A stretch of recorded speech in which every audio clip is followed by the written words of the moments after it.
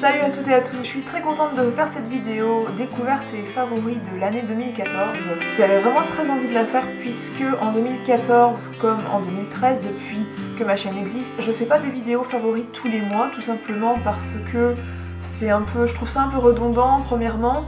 Deuxièmement, j'ai pas des favoris qui changent tous les mois, j'essaye de rester fidèle aux produits qui me plaisent. Et par contre, je trouve que choisir des favoris sur une année, ça reste beaucoup plus réaliste. Mais en tout cas, cette vidéo, elle est aussi très difficile à faire puisque c'est vraiment très difficile de savoir lesquels produits on a préférés quand on est vraiment une accro du maquillage, des cosmétiques, etc.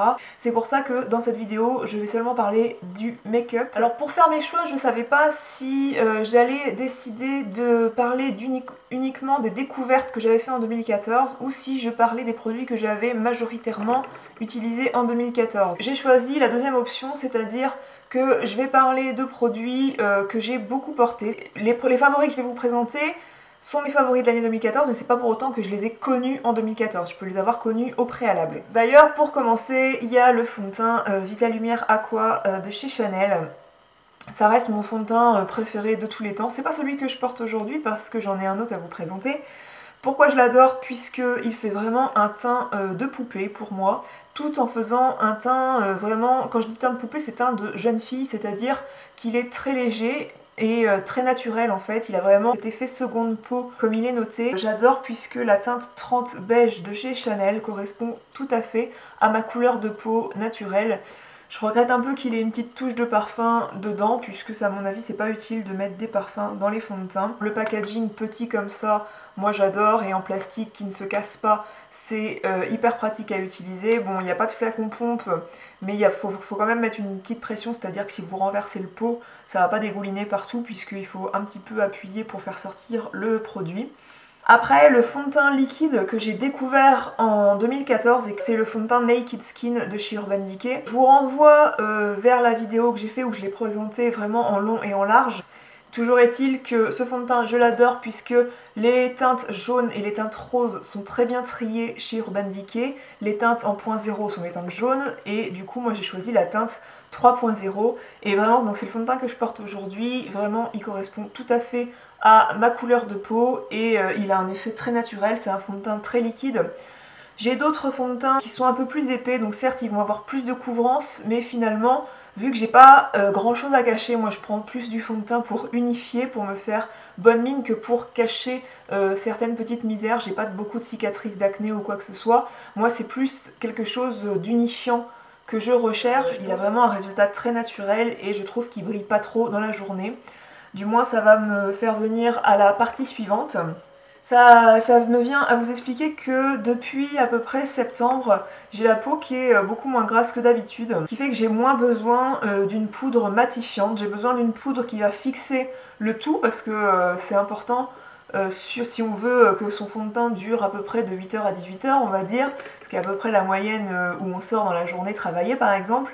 Si on veut que ça dure à peu près cette durée-là, eh bien on va avoir envie d'avoir une poudre qui fixe le fond de teint liquide. Et moi c'est plus ça que je recherche que de la matité en ce moment. Et donc j'ai pas trop utilisé ma poudre universelle libre de chez Chanel que j'adore. Si vous me demandiez une poudre libre matifiante que j'aime beaucoup, je vous dirais celle-ci. Mais je suis dirigée vers deux autres types de poudres. Donc vous le savez, c'est la Mineralize Skin Finish de chez MAC. Elle est hyper fine, hyper lumineuse, c'est-à-dire que quand vous la portez, quand vous l'appliquez, si vous la dosez bien, elle ne va pas vous plomber le teint, elle ne va pas vous faire un teint cartonné. Elle est vraiment très légère, très fine sur la peau et très lumineuse en fait. Elle réfléchit très bien la lumière. Pour preuve que je l'utilise depuis des années, je l'ai en tiroir en teinte médium et médium plus du temps où j'étais plus bronzée. Et là en ce moment moi je suis sur la teinte Light Plus. Je la mets quand même sur la zone T, c'est là vraiment où j'ai besoin que le teint soit fixé. Et je l'applique avec un pinceau kabuki comme celui-ci, donc ça c'est un Sephora basique. Je l'applique sur ma zone T et je l'étends aux joues et même sur le contour des yeux. Si vous voulez fixer votre anti-cerne, elle va rester assez fine quand même pour fixer l'anti-cerne et pas marquer trop les ridules. Moi, j'ai pas trop besoin de fixer l'anti-cerne. L'autre poudre que j'ai beaucoup aimée, donc c'est un petit peu la même famille que la Libre, c'est la poudre universelle mais en compact de chez Chanel. Et encore une fois, prendre un produit teint chez Chanel, ça me facilite la vie puisque je prends toujours la teinte numéro 30. Quand je porte le Vitalumière Aqua, je suis sûre que les deux teintes vont très bien se marier. Elle a cet effet de fixation de maquillage très très agréable. Ensuite, on va rester dans le teint et je vais vous parler des blushs que j'ai beaucoup aimés. Donc je pense que si vous suivez un petit peu mes vidéos, mon blog, etc., vous savez à peu près aujourd'hui de quel produit je vais vous parler, du moins, enfin plus ou moins. Des blushs, j'ai eu du mal à en choisir un, excusez-moi. J'aime beaucoup les blushs et en plus on peut avoir deux teintes de blush, c'est-à-dire quelque chose d'un peu plus rosé ou quelque chose d'un peu plus corail. Ça dépend aussi du maquillage aussi. Si j'ai envie de porter un rouge à lèvres dans les tons rosés, je vais plus mettre un blush rosé, et si je veux porter un rouge à lèvres un peu plus pêche, je vais plus porter quelque chose de corail pêche sur les joues, histoire de bien fondre le tout ensemble et que tout soit harmonisé. En l'occurrence, j'ai adoré ce blush rosé de chez Benefit qui est le Rocateur. Comme je dis à chaque fois, il fait peur un petit peu dans l'étui, mais finalement il a un effet satiné très très joli, il brille pas trop, il fait pas boule à facettes, parce que moi j'ai tendance à préférer quand même les blushs qui sont mat et non irisés. Par exemple le blush Orgasm de NARS, les petites paillettes dorées dans le blush rose comme ça, c'est pas pour moi. Mais celui-ci, il est vraiment satiné et est très discret sur les joues, il va faire un effet très très lumineux. Et il se fond très bien avec ma couleur de peau et il me fait comme si je rougissais en fait. Il fait très très naturel finalement quand il est bien estompé et bien appliqué sur le bombé des joues. Vraiment il est très très joli et très réussi ce blush. Ensuite, pour rester dans les blushs rosés, j'ai adoré le Cabana Boy de chez The Balm, qui est là cette fois un blush rose mais qui fait quasiment rose boisé, prune quand on le voit comme ça, et sur les joues il est magnifique. Enfin moi je trouve qu'il me fait vraiment un teint magnifique, j'adore ce blush. En plus là j'en ai pour 10 000 vies je pense avant de finir cette quantité là qui m'a coûté 16,90 € il me semble. J'en ai pour une éternité. Il a un résultat très très très joli. Les packagings sont toujours un petit peu fun chez The Balm. Durant l'été, c'est là que je vais plus me rapprocher des blushs corail. À peu cher, j'ai adoré ce blush de chez Kiko qui est un blush corail, mais corail quand même corail qui pourrait tirer un petit peu vers le rose. Enfin, de toute façon, le corail, c'est entre le rose et le orange, de toute façon. Hein. C'est un Soft Touch Blush de chez Kiko, qui est le numéro 108. Et par contre, il y a un petit truc que je regrette, c'est que le packaging, ça s'est un peu décollé, donc il suffit que je remette un point de colle pour refixer le tout. Mais bon voilà, après c'est du Kiko, j'ai dû le payer dans les environs de 5-7 € peut-être. Mais j'étais très épatée par la tenue. Je recherche quand même dans un blush qu'ils tiennent dans la journée. Le Benefit et le The Balm tiennent très très bien, ils sont très pigmentés. Et celui-ci, pour le prix, j'étais étonnée de la pigmentation, il est très pigmenté et il tient vraiment toute la journée. J'avais fait un article sur mes blushs préférés pour l'automne. En l'occurrence, finalement, c'est un peu les mêmes d'une saison à l'autre pour moi. Et ces trois-là étaient dedans sur mon blog. Je vous remettrai l'article si vous souhaitez le lire en barre d'infos. Ensuite, je voulais vous présenter absolument un bronzer, puisque j'adore le bronzer. Le bronzer que j'ai adoré en 2014, que j'ai découvert en 2014, c'est le bronzer Hoola de... Hoola. Me revoilà. C'est le bronzer Hoola de chez Benefit qui s'est barré par terre. Et c'est un blush mat. Je l'ai utilisé je crois dans tous mes derniers maquillages. C'est un blush mat qui se marie très bien avec la couleur de ma peau. Et je pense qu'il peut se marier avec beaucoup de carnation finalement. Et puis il tire pas vers le orange comme peuvent faire certaines terracotta. Et du coup il va faire très naturel sur la peau quand on l'applique avec un pinceau duo fibre.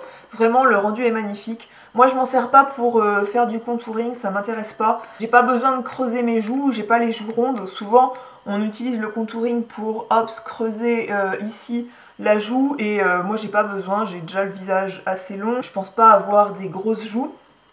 Et du coup je m'en sers vraiment pour en mettre là où le soleil tape, c'est-à-dire un petit peu là où on met le blush mais un peu plus haut, ici là sur les tempes et sur le nez.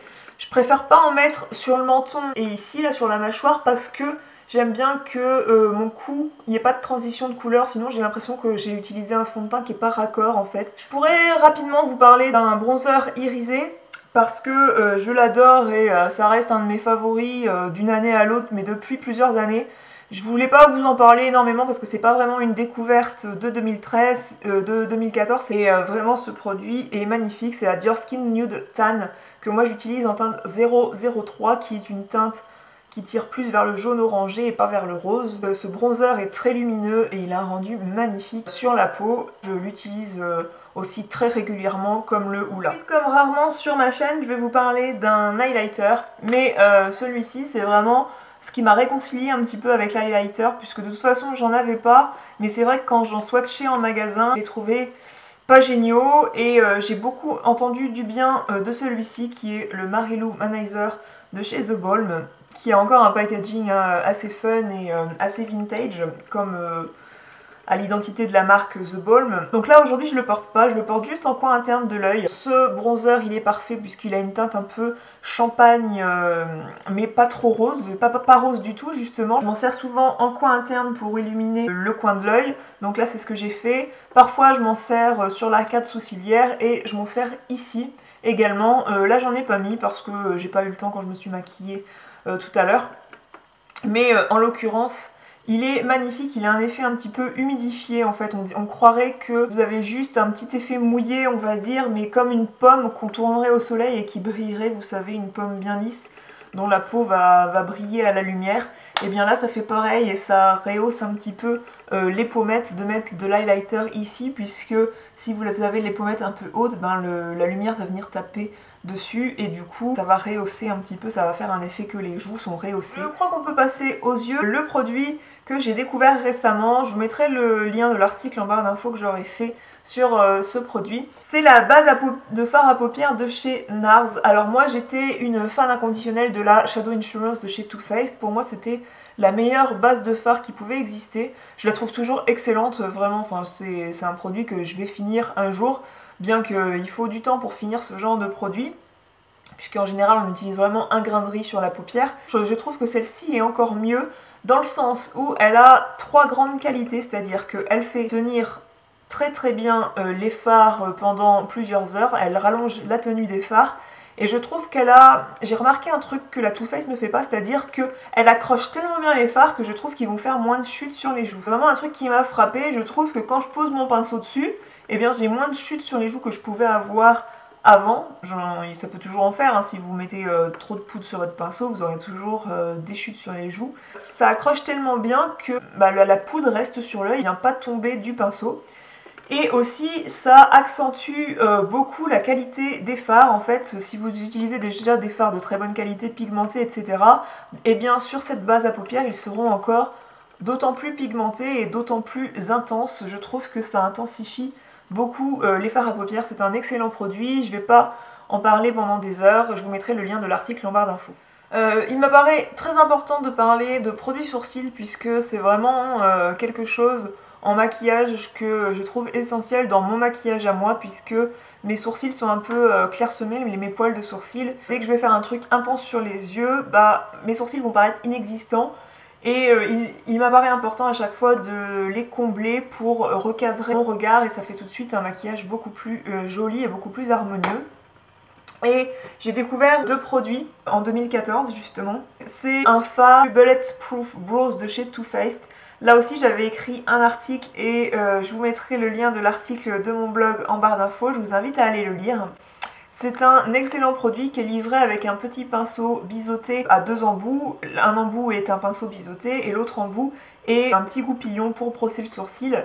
C'est un genre de fard crème un peu gélifié. Il est important de bien le refermer pour pas qu'il ne sèche. Donc c'est le produit que j'ai utilisé aujourd'hui. C'est vraiment une belle découverte que j'ai faite en 2014. Pourquoi aussi? Parce que moi j'utilise aussi les fards coquettes et concrètes de chez MAC pour en général combler mes sourcils, et vu que ce sont des fards chargés des palettes qui sont vides, eh bien ce n'est pas facile à transporter quand on s'en va en week-end, alors que ça je peux facilement le transporter avec le petit pinceau que j'ai utilisé tout à l'heure.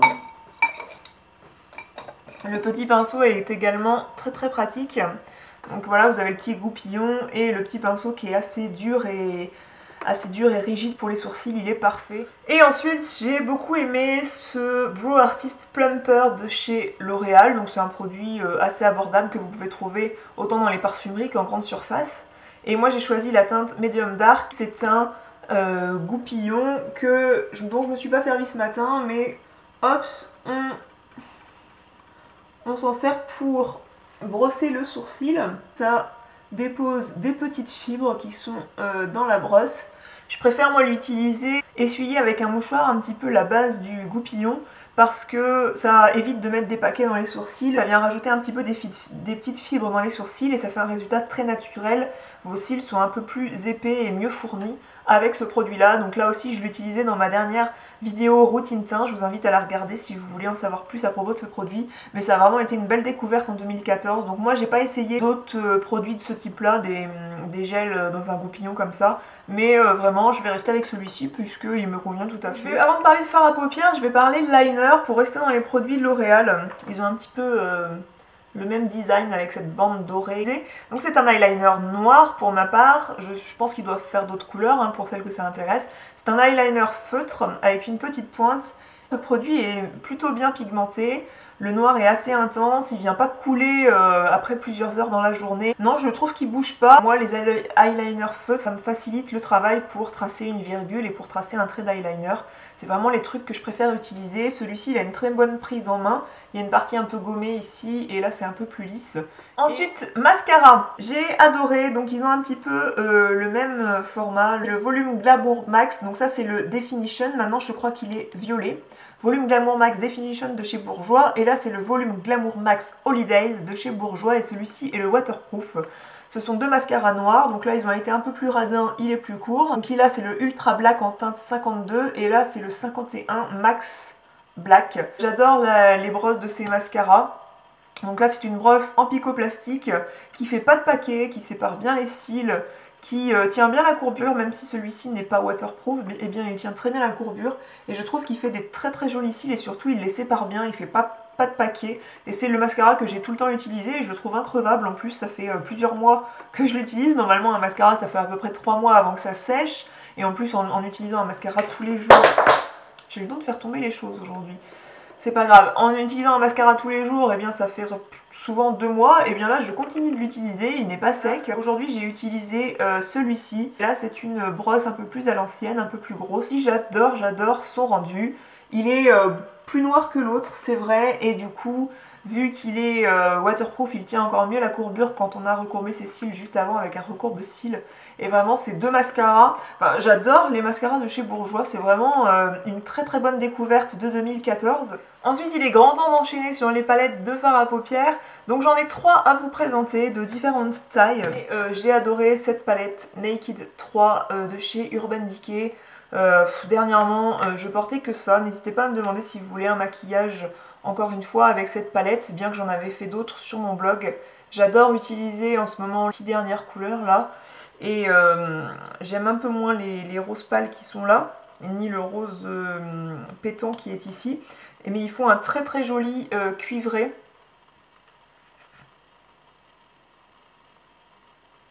Je crois que j'ai mon chien qui pleure. Vraiment cette palette est magnifique, je vous mettrai le lien des maquillages que j'ai réalisés avec cette palette, c'est un de mes essentiels de l'année 2014. Ensuite dans les teintes plus neutres et plus chaudes, j'ai adoré vraiment la Chocolate Bar de chez Too Faced, c'est vraiment une grande réussite. Je trouve très sympa qu'ils aient mis un highlighter rosé en grand format et un beige mat en grand format également. Il y a des teintes chaudes qui sont de grosses réussites. C'est la palette pour moi à avoir chez Too Faced. Je vous mettrai encore le lien de maquillage que j'ai pu réaliser avec cette palette puisque j'en ai fait, vous l'avez vu et revu je pense sur mon blog. J'ai hâte d'acheter la seconde qui va sortir, qui est un petit peu différente je trouve quand même. Ils s'estompent très bien, ils sont très pigmentés, ils s'appliquent très bien. Donc j'aime pas trop l'odeur chimico-chocolatée qu'elle peut avoir. Bien qu'il paraît qu'elle est faite à partir de poudre de cacao et que c'est ce qui donne son odeur. Mais voilà, j'aime pas trop. Bon, le violet et le rose ici, là, sont un peu moins portables, je m'en suis jamais servi. Et je vous avais fait également dernièrement un article sur cette palette de chez Smashbox, Smashbox sur la palette de chez Smashbox. C'est la première fois que j'utilisais des fards de chez Smashbox. Celle-ci est magnifique. Je vous en ai fait une revue sur le blog et un tuto. Je vous ai fait 2 maquillages avec cette palette. Donc elle contient des fards mat et des fards irisés et elle a des teintes prunes magnifiques. Et il y a un beige rosé ici et un noir très pigmenté. Ils s'appliquent très bien, ils font quasiment pas de chute, ils sont facilement estompables. Vraiment c'est une belle découverte. J'aurais envie de réutiliser, enfin de découvrir de nouveaux fards Smashbox parce que c'est vraiment une belle découverte et d'une très bonne qualité. Ensuite, on passe aux lèvres et j'ai adoré cette laque de rouge de chez Shiseido. Donc c'est une teinte rose boisée, c'est le RD 305 qui est superbe. Ce sont des lacs à lèvres qui tiennent très bien. Ça tient plusieurs heures, on a beau boire un café, on va pas se retrouver sans rien sur les lèvres. Et vraiment c'est une magnifique découverte, j'adore cette teinte. J'ai envie d'acheter d'autres lacs de rouge de chez Shiseido parce que je les trouve top. Ensuite j'ai adoré ce Chubby Stick de chez Clinique en teinte Strawberry. Super Strawberry, c'est le numéro 7. C'est un rose très joli qui est assez adaptable en fait. On peut autant le porter en touche légère sur les lèvres, autant on peut avoir quelque chose d'assez foncé, de plus opaque en fait, donc c'est très modulable. C'est un produit que j'ai adoré porter. Quand moi je le porte en touche légère, et bien ça me fait des lèvres à croquer en fait, des lèvres d'enfant, bonne mine, etc. Et vous le savez, j'ai adoré les Dior Addict Fluid Stick de chez Dior. C'est vraiment un excellent produit de l'année 2014 il me semble. Donc c'est encore des lacs à lèvres qui sont très pigmentés. Donc moi je préfère les appliquer sur des crayons à lèvres, je trouve qu'ils tiennent beaucoup mieux. Sinon je trouve qu'ils ont tendance à filer un petit peu sur les côtés. Mais ils ont une excellente tenue et c'est vraiment un excellent produit au packaging magnifique. Et ensuite j'ai adoré beaucoup de vernis. Donc j'ai plus porté des vernis sur la fin de l'année 2014 et j'ai eu l'occasion de faire plein de découvertes. Donc j'ai adoré les vernis de chez Dior, je pense que vous le savez, si vous me suivez sur Instagram vous le savez d'autant plus. J'ai adoré ces 3 vernis foncés de chez Dior, donc le Nuit 1947 qui est magnifique, qui est hyper élégant. C'est le vernis foncé rouge noir par excellence. C'est donc le numéro 970 et le Nuit 1947, je l'adore. Les pinceaux Dior ont un pinceau rond, une texture gélifiée qui rend leur application magnifique. Ensuite j'ai adoré le Masai qui est un rouge lit de vin, je portais aussi dans un article, donc je vous mettrai le lien des articles où je portais ces vernis. Et le Diorette qui est un prune parfait, et pareil il a un joli rendu et pour l'automne ça a été mon vernis chouchou. Et j'ai adoré le pied de poule aussi, mais j'ai beaucoup adoré, je le préfère dans la teinte beige galerie de chez Yves Saint Laurent. Donc aussi les vernis Yves Saint Laurent sont un régal à appliquer, on pourrait se satisfaire d'une seule couche tellement ils sont pigmentés. J'ai adoré le beige galerie, donc qui ressemble au pied de poule, qui est un beige qui tire un peu vers le violet, et le beige léger qui est un beige qui tire plus vers le rosé. Ce sont 2 teintes magnifiques, et l'application et le packaging sont merveilleux. Et la nouvelle collection de chez Essie, le Jiggle High, Jiggle Low, donc je le portais dans un article mode, je vous mettrai le lien pour que vous voyez ce qu'il donne de l'article en barre d'infos. J'ai plein de liens à vous mettre décidément, mais bon, si c'est des produits que j'ai beaucoup aimés dernièrement, je vous en ai forcément parlé tout au long de l'année 2014, c'est logique. Et j'ai adoré ces petites paillettes dont je vous ai pas parlé, mais je les portais sur Instagram. Je les porte en accent nail, j'aime bien sur le Nuit 1947, c'est très joli. Donc je mets le Nuit 1947 sur tous mes ongles et sur l'annulaire je porte par-dessus le Rock at the Top et ce sont des petites paillettes dorées. Très joli, ça fait très précieux et pour les fêtes c'était parfait. Vous savez aussi que j'ai un petit chien qui est très mignon, donc je vous le montre pas aujourd'hui mais là il est en train de pleurer parce qu'il a envie de faire pipi sûrement dehors, donc je vais vite le sortir avant que ça soit la catastrophe. Je vous mettrai aussi le lien de l'article où j'en ai parlé en barre d'infos. J'espère que c'est un de mes favoris aussi de l'année 2014, c'est un petit cœur, un petit chien trop mignon, c'est un Golden Retriever qui est tout bébé et qui fait beaucoup de bêtises. Je vous mettrai le lien de l'article en barre d'infos où je parlais de ce petit chien adorable qui déjà grandit bien et pousse bien et continue de me faire des bêtises. Il faut l'éduquer et passer du temps. C'est bon. En tout cas, j'espère que cette vidéo vous a plu, que ça vous a permis de voir à peu près dans quelle gamme de produits je me situais et quelle gamme de produits j'avais aimé utiliser en 2014. N'hésitez pas à me dire en commentaire sous l'article du blog quels ont été vos produits favoris de l'année.